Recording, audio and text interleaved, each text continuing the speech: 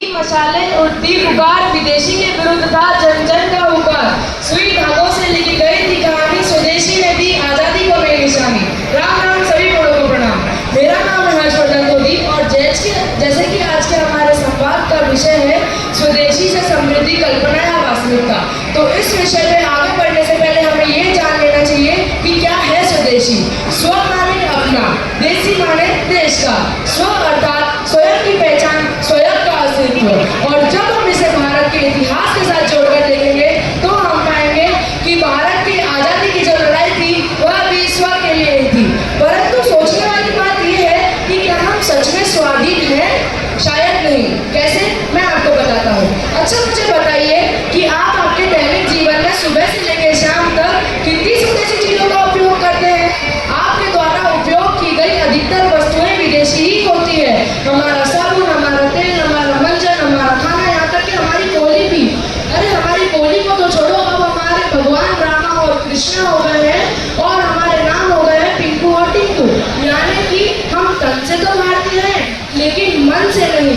और हम बात करते हैं समृद्धि की, तो कहाँ से होगी समृद्धि? यदि हम हमारे देश का पैसा हमारे हाथों से बाहर भेज रहे हैं तो कहाँ से होगी समृद्धि? कहाँ से होगा विकास? यदि हम सचमुच में समृद्धि चाहते हैं तो इसके लिए हमें प्रण लेना होगा कि हमारे द्वारा उपयोग की गई हर वस्तु स्वदेशी हो। हमें ये ध्यान रखना होगा और इसकी शुरुआत हमें स्व से ही करनी होगी।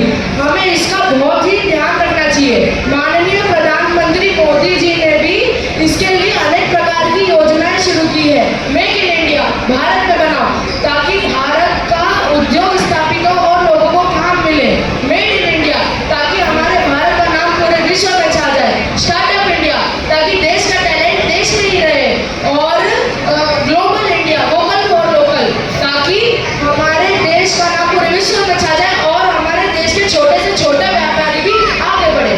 दोस्तों, दुनिया में कई प्रकार के युद्ध होते हैं। एक होता है सीमाओं पर जो कि हथियारों से लड़ा जाता है और दूसरा जो कि अभी चल रहा है आर्थिक युद्ध, यानी कि टैरिफ युद्ध। आज अमेरिका ने भारत में जो भारी टैरिफ लगाया है जिससे कि भारत अपना सामान अमेरिका को ना बेच पाए और उसके सामने घुटने टेक दे।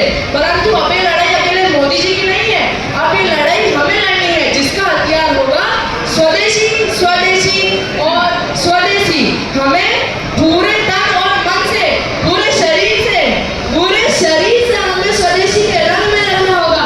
याद रखना, स्वदेशी है तो समृद्धि है, समृद्धि है तो सशक्तिकरण है, सशक्तिकरण है तो सामर्थ्यवान है, सामर्थ्यवान है तो आत्मनिर्भर है और आत्मनिर्भर है तो बढ़ती अर्थव्यवस्था के आधार है, संचालक है।